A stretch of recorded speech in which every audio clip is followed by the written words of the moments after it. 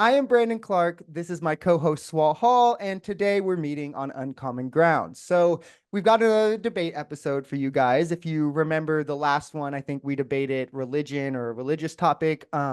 We're back today doing an economic topic, kind of just comparing worldviews, debating worldviews, if you will, about socialism. I'm going to be defending as a market socialist versus Swal as the capitalist perspective. We're going to do similar to the last time, 3 rounds. Each round will be 6 minutes, around maybe 5.5 minutes of whatever we had prepared or less, obviously 6 minutes max. And then each of us will have a question that we can interject with during the other person's round. So look forward to that. And then we'll end with a shortened, like 3 minute closing for each of us. And again, just so everyone's aware, the topic is socialism versus capitalism. So I guess we'll jump right in. I'm going to go first and then I'll close last because of that. Are you all ready to go, Swal? Born ready. Yes, sir. Glad to hear it. All right. So I will go ahead and start.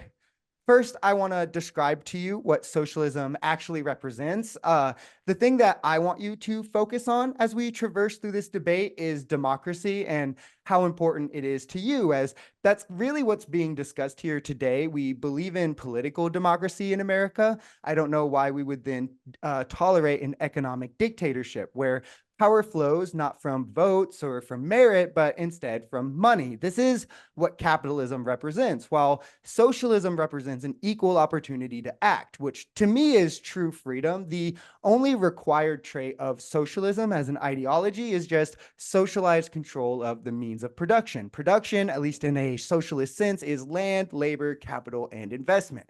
I'm a market socialist, so personally, I'm fine with the profit motive existing. I'm fine with investment and other things still existing. And I have no interest in defending those things being removed. But I just think that in work, labor should have equal influence and control of profit. Investment should be taxed to fund socialized structures and systems rather than businesses. The motive should be necessity, distribution based on necessity rather than profit, and would be publicly controlled rather than privately controlled. In my worldview, the economy would look like worker co-ops for smaller businesses. Corporations would be socialized through labor, having equal or majority seats on the boards that would typically make the decisions in these companies that drive the profit and make these kinds of decisions. They would have democratic elections for their leadership, for their managerial roles, and this kind of things. This would be done to the point that outside of executive decisions, business name, price of product, branding, labor would have either equal or majority say in the everyday work choices directing profit, leadership, those kinds of things. An owner could still exist. It's just not as it would is thought of in capitalism, where it's more of a dictator, right? It would be more akin to a president where there is final executive control, but power is more distributed about and checks and balances exist. There could be possible tax incentives for existing businesses who become co-ops, with the requirement for any new businesses formed to help phase this into fruition. It doesn't have to be like a snap finger type of thing you see transitionally socialist countries abroad, right? Necessities would be decommodified in my worldview. They'd be guaranteed. This would have to include things like food, shelter, healthcare, energy. These are prerequisites to survive. In my worldview, though, the social contract would include things that are required to help society flourish, like education, job-specific training, like trades, childcare could be in that, transportation, even more. Each of these would be funded through a strong progressive tax base on the modes of privatization that still exist, or the profits that are allowed to remain. This could be a tax on Wall Street. It could be on corporations. It could be a wealth tax. And it would probably look like some combination of all of these.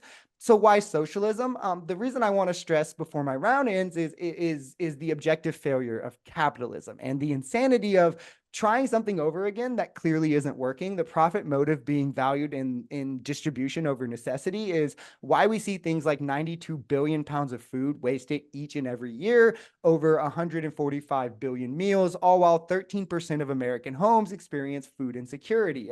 20,000 Americans died from literal starvation last year in the richest country in the world. Imagine working 40 hours a week to still starve or not know when your next meal will be. Under capitalism, not only is that a possibility, but it's a reality for many in a socialized, sort of food stamps for all type of program that would exist in my worldview, this would be minimized, if not eradicated. In housing, we have 28 vacant homes for each homeless person in America. This is objectively a failure of properly allocating resources driven by prioritizing profit over necessity for shelter. This is only possible in a capitalist society that prioritizes profit. In a market society model, you would see something similar to what Red Vienna did, where land was purchasable, but only for public use, where private contractors were then allowed to work and build on the land, but it was given out to about 70% public housing for need, with the other 30% allowed for privatization, where taxes helped fund this thing. Vienna did this for over a decade,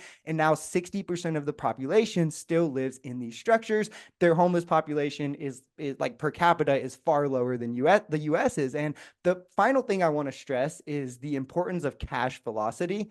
This is the rate at which money exchanges hands in an economy. When cash changes hands, it has more economic impact. This raises demand, which then leads to higher business investment. This creates more jobs, adding to the GDP, lowering prices, creating more fiscal sustainability without needing to supplement with more government spending. The International Monetary Fund did a pretty massive cross-sectional study of multiple countries and income earners that showed the velocity of money is higher in the middle class than in the top 10%, meaning the middle class spend money more often. So why would we want an economic policy that leads to things like the top 10% owning 67% of the wealth in this country, the top 1% owning 30%? It's not only objectively an economic failure, it's objectively less economically efficient. It only places more of a burden on the government to substitute this lack of velocity with artificial spending, i.e. more taxation and the government spending that money, placing a larger tax burden necessity on the middle class. Socialism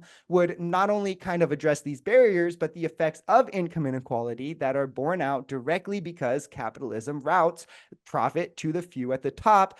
Instead, socialism would distribute this across the spectrum to those who create it, raising more people into this threshold of having a higher cash velocity. Socialism also morally represents democracy, something we all value, while capitalism turns your workplace, where you spend a third of your adult life, into a dictatorship driven by capital. It's also more economically correct, even through a capitalist lens, as we would have more velocity of money, thus less need of taxation and more profits driven through socialism.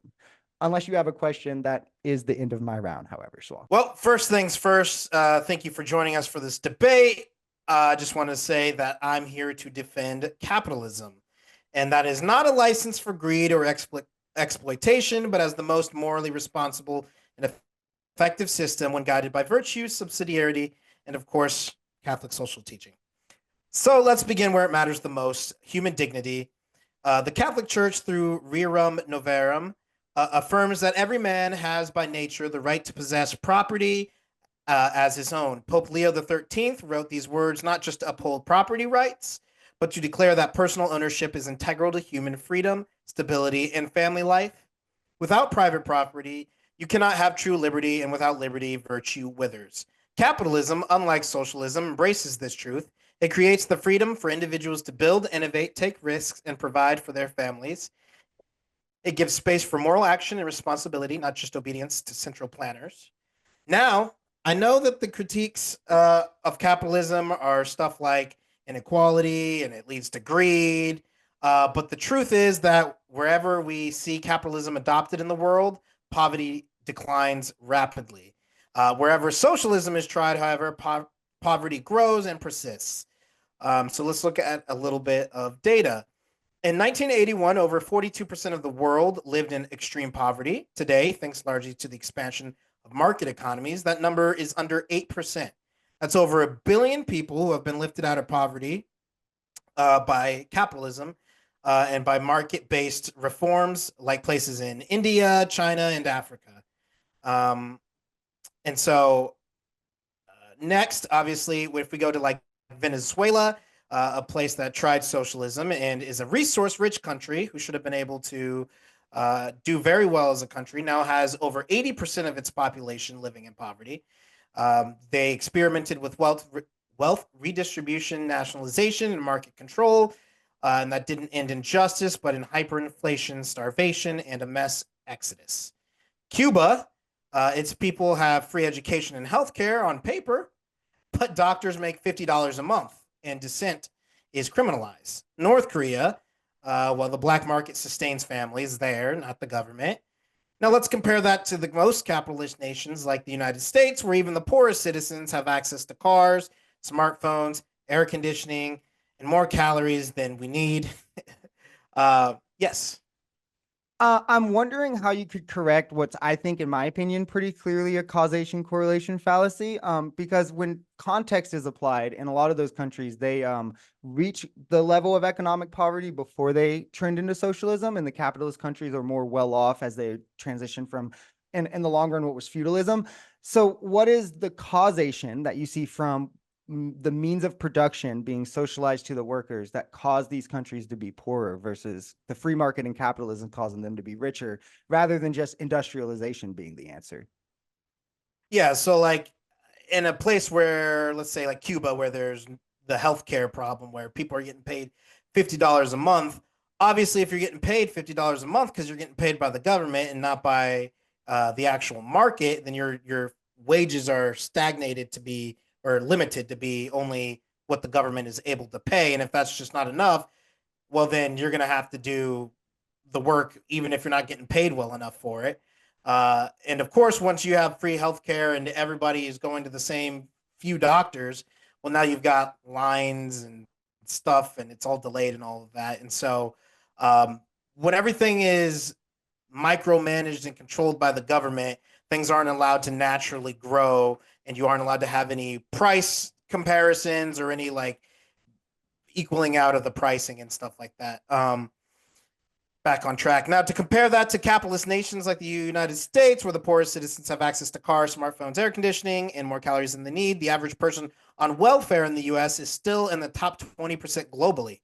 Are these flaws? Sure. But capitalism allows for correction, competition, and reform. Socialism only allows for control. So let's talk about innovation. All the top 10 technologies of the last 50 years, from internet to smartphone to life-saving drugs like the COVID-19 vaccination, all these things have come from capitalist countries, not socialist ones. It's because we reward innovation here. And I'll concede that unchecked capitalism can go off the rails. But of course, I don't advocate for that. I believe in that employers have a duty to pay just wages, respect labor, and to protect the weak. But that doesn't mean we need to abolish the markets. That just means we need moral governance, which is a completely separate thing. Um, so sorry, I'm skipping down a little bit so that I don't run out of time here. So let's address my opponent's model, market socialism. It sounds nice, mixing markets with cooperative ownership, but the reality is this: worker co-ops are a tiny fraction of the global economy for a reason. They often suffer from low productivity, groupthink, and internal conflict. Even in countries where they're promoted, like Spain's famous Mondragon Corporation, they still heavily rely on traditional capital investment and market competition. The data doesn't lie. According to Harvard Business School, uh, employee-owned firms grow 2 to 3 times slower, have higher failure rates, and often avoid hiring to protect workers' shares. So, in essence, they're not scalable. Meanwhile, capitalist economies dominate the global GDP, and of the top 10 richest nations in the world per capita, all are capitalist or mixed market economies. I want to emphasize that I am not defending crony capitalism, monopolies, or exploitation. I am defending free markets under moral order that includes regulations, social safety nets, and justice for the working class. Let's skip down to the end here. In the end, here's what it comes down to: capitalism has lifted more people out of poverty than any system in history. Socialist experiments have led to more starvation, repression, stagnation than any ideology outside of war. And that's why I'm defending a capitalism rooted in Catholic ethics, a capitalism that protects the poor, rewards hard work, and limits state power, not to oppress, but to liberate. Thank you. Sorry, I went 15 seconds longer than you. You're good. I was gonna ask, could you be the time guy? Because Mhm. I won't be able to. If I guess if once we hit 6 minutes, if I'm going over, could you just like raise your phone or something? I Yep, guess to be the warning. Cool. absolutely. Sounds good. All right. Are you ready? Yes, sir. All right. Ready, set. All right. So yeah, I don't think there was a good answer to what clearly to me was causation correlation fallacy. I think clearly what lifts people out of poverty is industrialization, not capitalism. That can happen under any system. And then also you're attributing a lot of the flaws of authoritarianism, which happens more commonly in poorer nations, which also are more typically what associate with socialism is when people adopt it. With the flaws of socialism, you didn't really address workers owning the means of production, but I do want to ground this round in socialism being a reality and something that happens every day. First, with worker cooperatives, as they are at the core of what my worldview stands for, and most often get written off as fantasy. You attack them a lot here. I think the best real world example that we have is Mondragon Corporation, which is the world's largest co-op. Mondragon itself is actually an association of 95 companies. They came together under their cooperative principles. In each company, the highest paid executive makes no more than 6 times that of the lowest paid employee.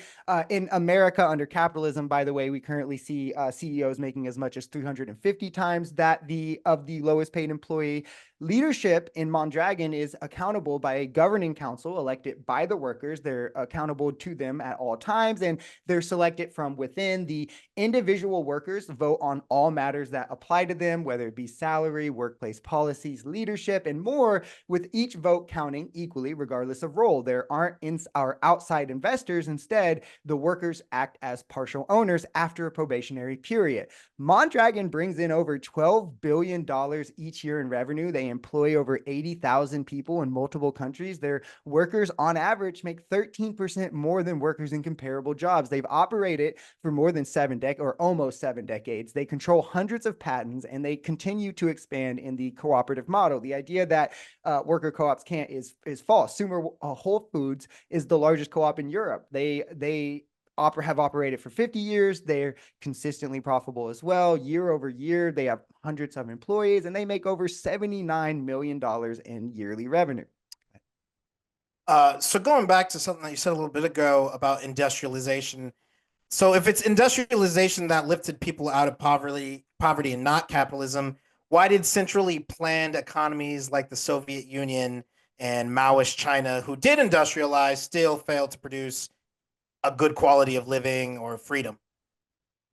Yeah, I would attribute those things to fascism and authoritarianism, which have nothing to do with socialism. I don't think the things that they did to their people have anything to do with workers owning the means of production, which is what I'm interested in backing. But to continue, CHCA is the largest co-op in America. They have thousands of employees. They've operated for over 40 years, and they've been consistently profitable. They have over 65 million in yearly revenue as well. The point is, there's not much evidence to back the claim that worker cooperatives are less efficient in a pragmatic sense. Looking at them in real life, they operate as a sufficient business model each and every day and tackle the income disparity between workers and owners, which cause the income inequality like we see in America. We have a lot of data to confirm this as well. Pinkovel 2001 showed this with American plywood cooperatives. Burden 2016 found strong evidence utilizing European firms of this. The European Journal of Economics looked at over 45,000 French worker co-ops and found lower wage disparities on the basis of race, sex, and between the top positions and bottom positions in the companies. The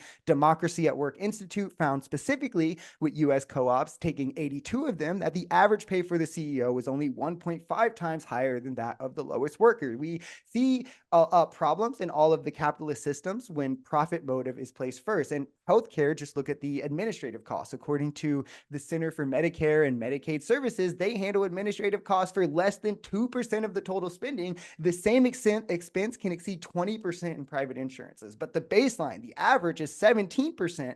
That's 750% more for my math heads, by the way. We can also just get into the nature of claims denials. Medicare consistently denies a lower rate of claims than private insurance, as private insurance, because of the profit motive, has a baseline of profit they need to bring in each and every year. So they'll deny your services to live just because they're too costly. Another consistent claim you hear that isn't really backed by evidence, Schwab made it actually last round, is that capitalism drives innovation, which a lot of times, as I pointed out, is a causation correlation fallacy. Claiming that because America was capitalist during the Industrial Revolution means that it was because of capitalists. This misses the Soviet Union's industrialization under Stalin. This was centrally planned and state-led. That's rather clear-cut communism. Cuba has a sustainable agricultural model. They have biotechnological advances that exceed even their standards for how much money they bring in.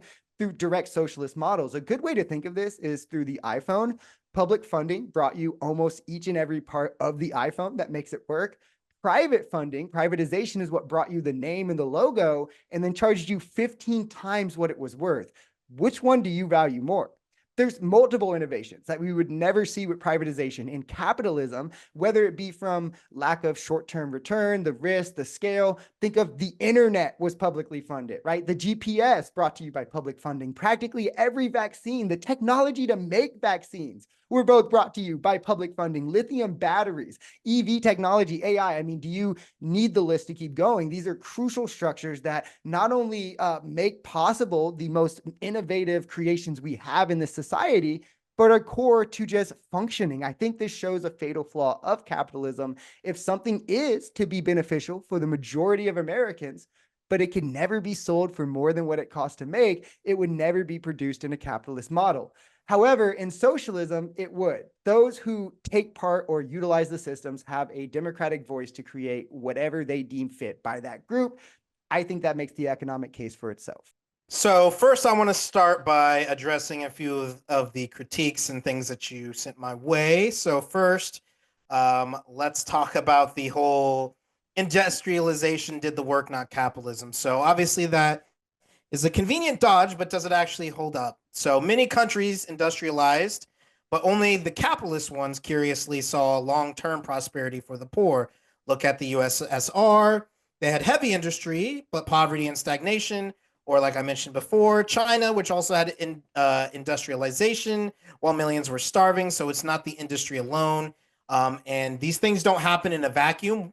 Yes. Just clarifying question: which countries had a better starting point? Was it the communist socialist countries or was it the capitalist countries? In which country specifically? Like Russia, China, any of them, any of these that you would call communist. Russia and China could be the two biggest ones versus America. Like, which ones had a better Sure. starting point at the implementation of their economic system? I would have to look into that deeper, but I would imagine that we had a better starting point if we're going to use the U.S., but we're also a Much better. You can go on. unique country. So, Mm. but anyways, where was I at there? So let's see. Countries that embrace free market capitalism, like the US, South Korea, West Germany, Singapore, far outperformed those that merely industrialized under socialism, like North Korea, East Germany, Cuba, USSR. And then, of course, we always get hit with the, well, though that wasn't socialism, that was, fascism, or that was this, which is, again, just saying, well, real socialism has never been tried. And it basically makes that the whole thing is unfalsifiable and is playing into the no true Scotsman fallacy. Like, for instance, um, was it, I forget the guy's name, not Mao, the other gentleman that I mentioned, whatever. During their entire thing, called themselves socialists, took control of everything so it wasn't in private citizens, abolished private land ownership, banned the markets.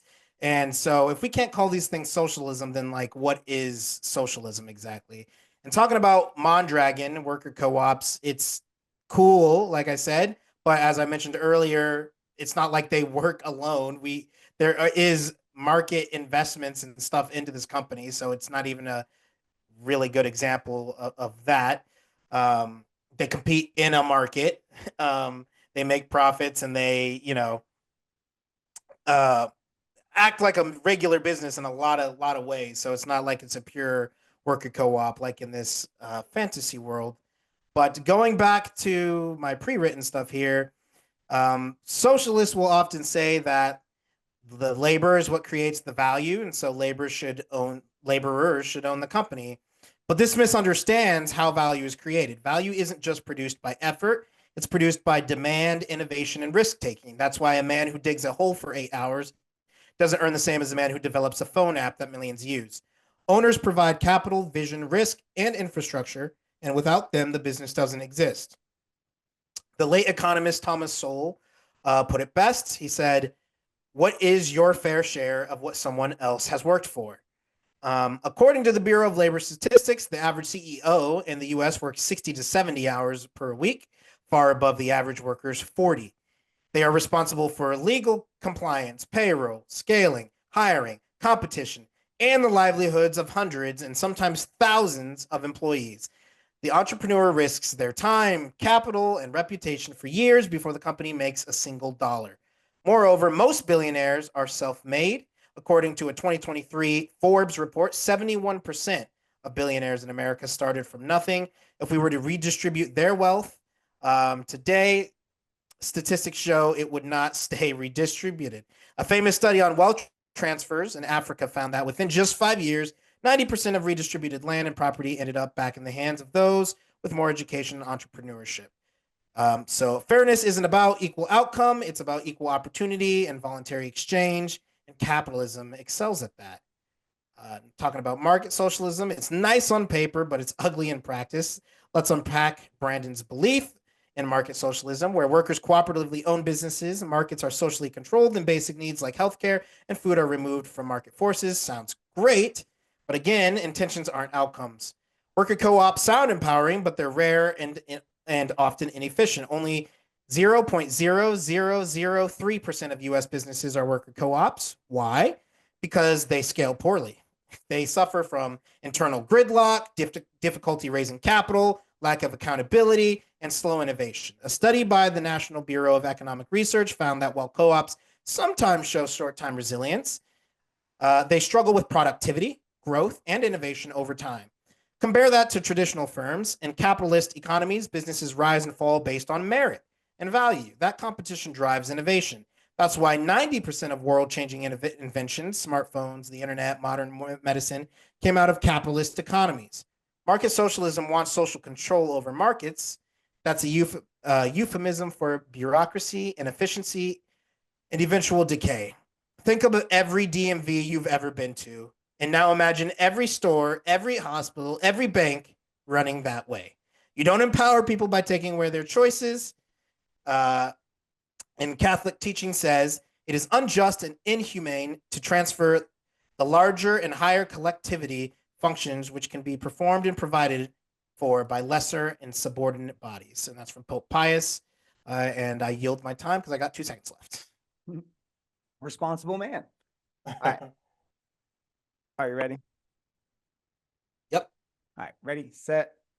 So yeah, the starting point in America was way better. To put this into perspective, you're considering countries that were in famine, if we're talking about Russia, or on the brink of economic poverty, if we're talking about China. Also, no, socialism is the worker ownership of the means of production. That is what socialism means. We're not saying these countries didn't have socialist policies or tendencies. We're saying that they were socialist and fascist, right? Just like you would say that countries that were capitalist but had slavery, it doesn't mean that slavery is a core component of capitalism. These things can be coexisting. I don't know why acting like it's binary. It's kind of weird. Also, Mondragon doesn't have outside investors. They have ownership from within. You said like co-ops can't scale over time. I just gave multiple examples of how they have. I gave you data that shows that they do. I don't understand outside of that what the argument could be. I want to get into my round though, because I think the definition of a parasite is an organism that lives off the host and it benefits at the expense of the host. This describes a lot of one-celled organisms in nature, and it also describes owners under capitalism. There is inherent exploitation in capitalism, and in that profit has to be extracted, and that is the surplus value that someone creates. In capitalism, the owner does it from the worker. In market socialism, we believe that if this is to occur, it should be to benefit the victim, not the perpetrator. In capitalism, you have to believe that you deserve to be exploited because you have less money than the perpetrator. You could think of this like sexual assault. Obviously, the right answer is to prevent it from happening. But if it is to happen, the moral answer is clearly that the perpetrator should be held accountable in a way that makes the victim feel as just as possible. However, in the capitalist perspective here, it would be akin to saying, well, the clothes she was wearing is why it happened. People should not be exploited just because they're more vulnerable or predisposed to the potential. Capitalism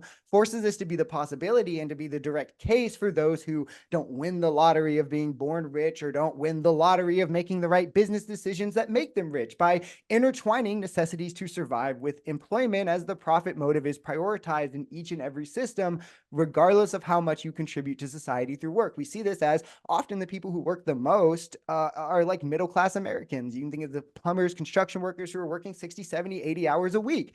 What choice do you have if every company around you is paying subpar wages due to, say, lack of a degree? Yet the profit motive in capitalism enables education prices to have grown 20 times the cost since the 70s, all while the free market has kept wages stagnant in that same period of time. But you've got to work somewhere or you'll lose your house, your health care. You won't be able to afford food. So you get trapped working some dead end job rather than spending time on education and not having to worry about bills or being able to further progress yourself to then contribute to society in more economically advantageous ways. In socialism, what is better for society would always be prioritized over what is better for the investor, for the owner class. Socialism is simply a restructuring of society where power flows away from the few and into the hands of those utilizing its systems the most. The profit motive will always erode this away, and placing the profit motive at equal or higher priority to necessity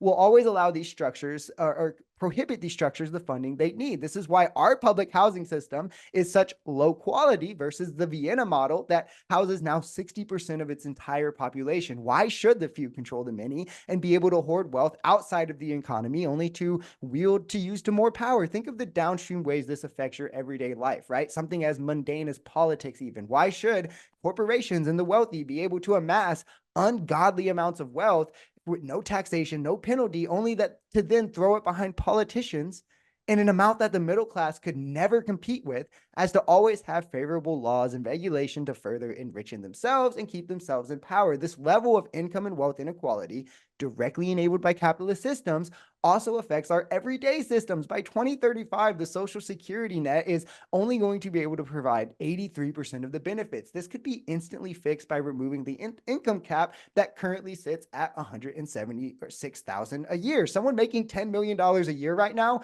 pays the same tax every year to Social Security as someone making $176,000, with the rest to be hoarded outside of the means of taxation for no economic reason. Meanwhile, retirement for middle class Americans who are contributing to the society more on net are affected as a result. In capitalism, income inequality is more possible. Income inequality creates the necessary conditions for things like crime and having both poverty and opportunity. It leaves more people poorer and poorer, and the inequalities grow. This leaves people who are poorer and poorer around those who are wealthier and wealthier, leaving them both desperate and able to act on that desperation. Think of it like this. In a neighborhood of all wealthy individuals, theft is less likely as no one has the desperation. They're not in poverty. In a poor neighborhood where everyone is poor, theft is less likely because there is less opportunity, less things to steal. But when income inequality becomes so drastic that those who cannot afford the means to live around those who are well off, there is this perfect blend that leads to the most crime. Capitalism enabling income inequality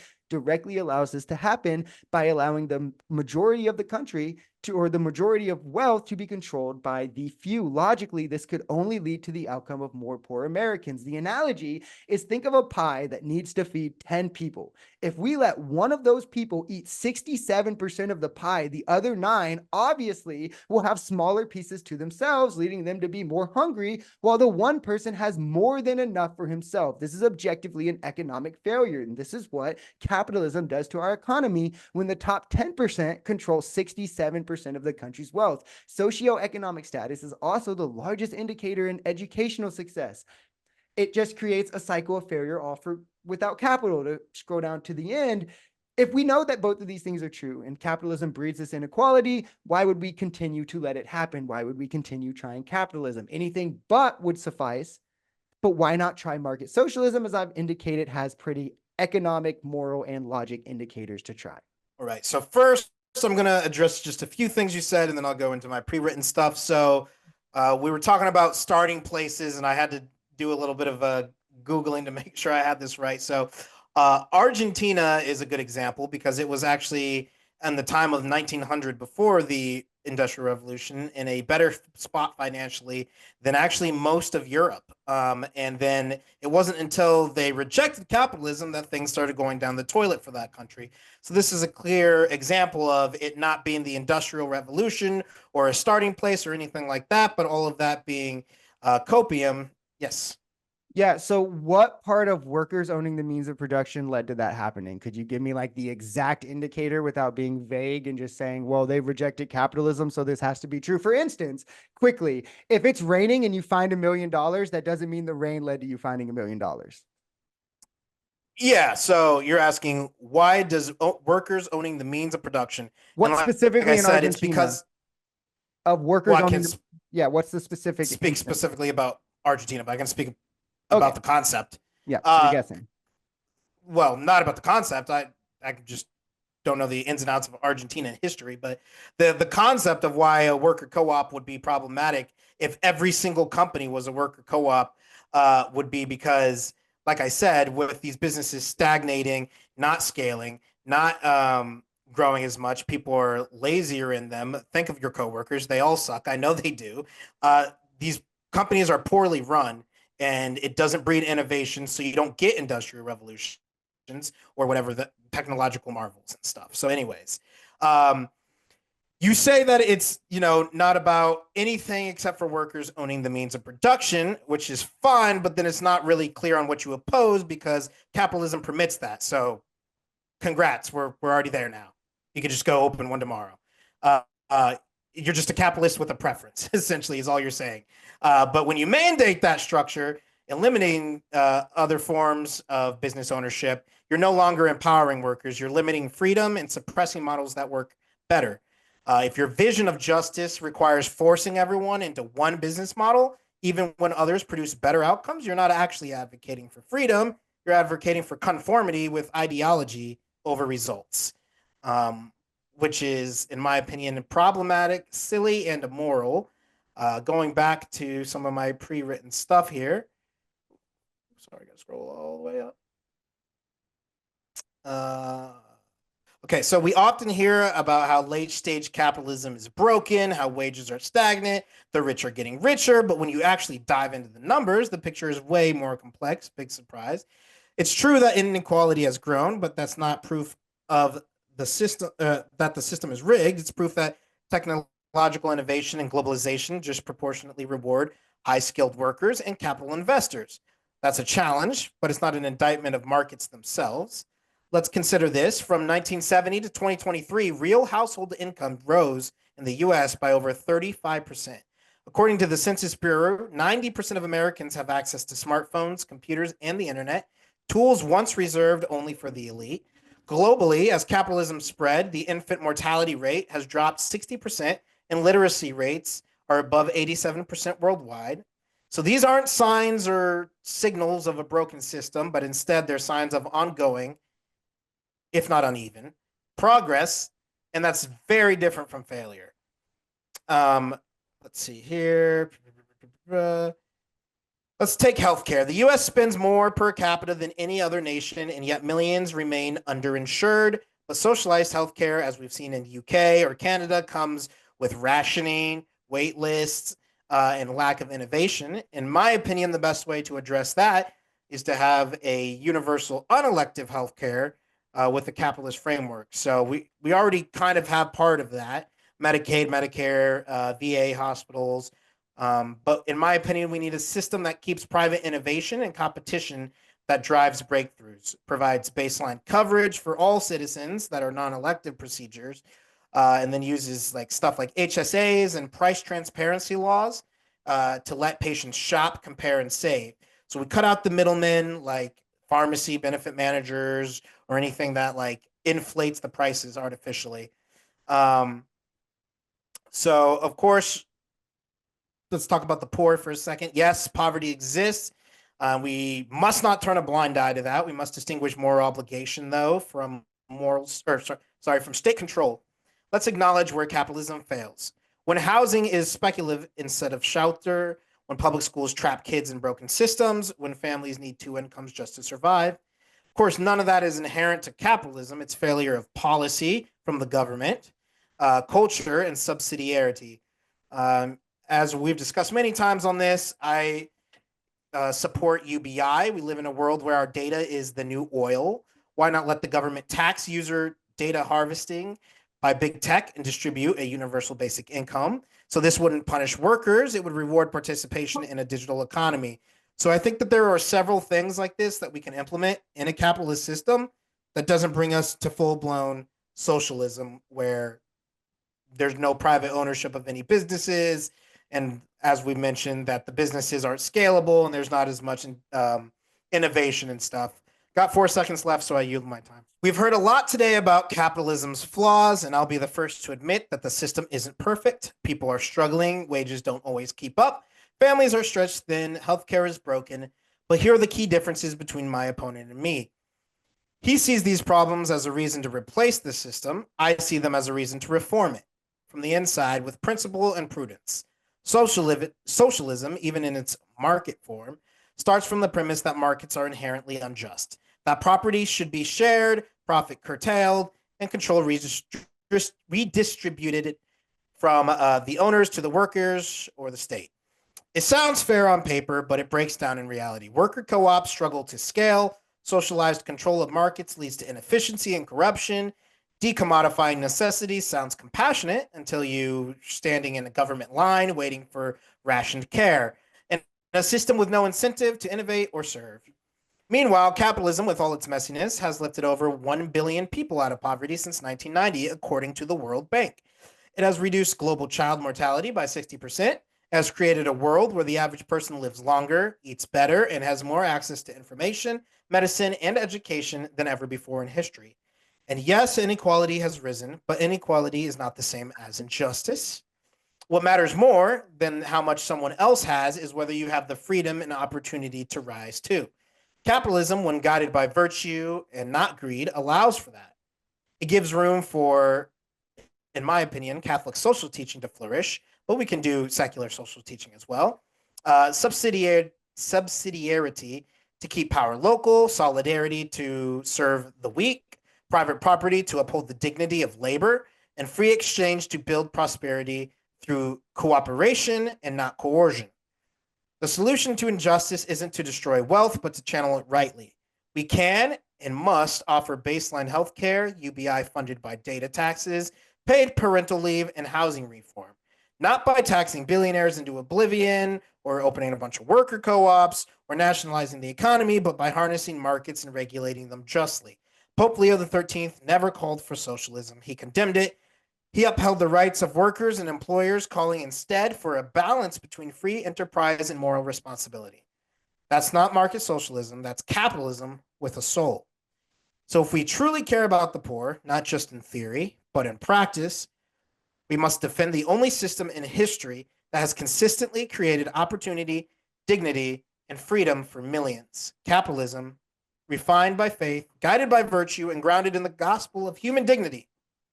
And with that, I yield my time with 10 seconds left. I just want to use this time to more succinctly place my arguments together where the context can be sourced from my rounds. I believe that economic theory we apply on a macro level does not have to be perfect and almost never will be in reality, but it certainly should be more efficient than the alternatives for the most amount of people and morally just. Simply put, we shouldn't use an economic theory that is objectively or provably less efficient or less efficient for the majority. And we shouldn't use an economic theory that allows, say, slavery just because it would make the theory more efficient. With these parameters, I don't think there's an argument being put forth for capitalism being a success in America, especially with lots of our economic gains being attributable to slavery. We also know that income inequality stands at the root of many issues in this country: poor educational outcomes, a driver in crime, power imbalances, and more. And we know that capitalism not only enables this, but it requires it. There needs to be an exploited class to extract value from. This is how the owner class makes money in capitalism without labor. Under capitalism, we know CEOs make 350 times that of their lowest paid employee. We know 10 million Americans own multiple homes while 500,000 are homeless. We know over 100 billion meals get tossed out each day because they can't be sold while a million of Americans go to sleep hungry. Capitalism has left 11 million American children in poverty. We have the fifth highest rate in developed countries of that. More than 1 in 5 seniors are in poverty. Corporations just breed this income inequality, and the free market has consistently seen prices outpace wages since the 70s. There is no successes of capitalism that couldn't be produced to a higher degree without. Strong data suggests worker co-ops produce drastically less income inequality. If the majority or all of the workforce was in this model, income inequality would shrink. Economic consensus suggests money exchanges hands more often in the middle class. This exchange of currency leads to more economic growth. Socialism redistributes wealth from the top owners to the working class, thus allowing for more exchanging of currency, thus more economic growth and less of a need of a tax burden to drive the revenue. Rather, it would act as an incentive for investments. We see co-ops consistently be profitable year over year. I gave multiple examples while being major players in their industry. It's the closing. You don't get a question, sir. We see massive innovation without the profit motive in public funding, with the internet, with medical advancements, with technology. Most of the argument for capitalism hinges on a circular causation correlation fallacy that basically states because we've always had capitalism, capitalism must be correct because everything has happened under capitalism. It's the highest level of philosophical redundancy. And you notice quickly when you look at the metrics of socialized models versus privatized models across the board, they fare far better. So clearly, our economy should be shifted towards the economic models that are objectively more efficient and more morally just. So let us know what you guys thought of the debate. I thought it was a pretty spirited one. Leave us a comment if you're on the Substack, the website. If you're on YouTube, like and subscribe. We just started that. We're trying to grow it. Make sure you tune in. We're back every Wednesday, 12 p.m. Eastern Standard Time. And we'll see what the topics are for next week. There's some pretty spicy one with white South Africans and all of that. So make sure you tune in for that. And until next time, peace. Peace.